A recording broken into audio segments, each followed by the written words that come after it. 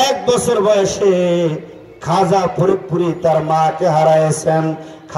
খাজা ফরিদপুরি বয়স যখন মাত্র 1 বছর, তখন ওনার আম্মা জান ইন্তেকাল করেছেন। খাজা ফরিদপুরি বলেন, বাবা ছোট্টবেলায় মাকে হারানোর পরে এরপরে দাদি আমাদের আদর স্নেহ করেন। আমার বাবা আমাদের বড্ড মায়া করতেন। আমার বাবা ইনায়েতপুরে হুজুরের মুরিদ ছিলেন, আমাদের দাদু হুজুরের মুরিদ ছিলেন। খাজা ফরিদপুরি বলতেছেন, বাবা ইনায়েতপুরে দাদু পীর, আপনাদের দাদু পীর উনি আসলেন। আসার পরে আমাদের বাড়িতে কি যেন তালাশ করতেছেন, চারিদিকে উকি দিচ্ছেন, কি যেন তালাশ করতেছেন।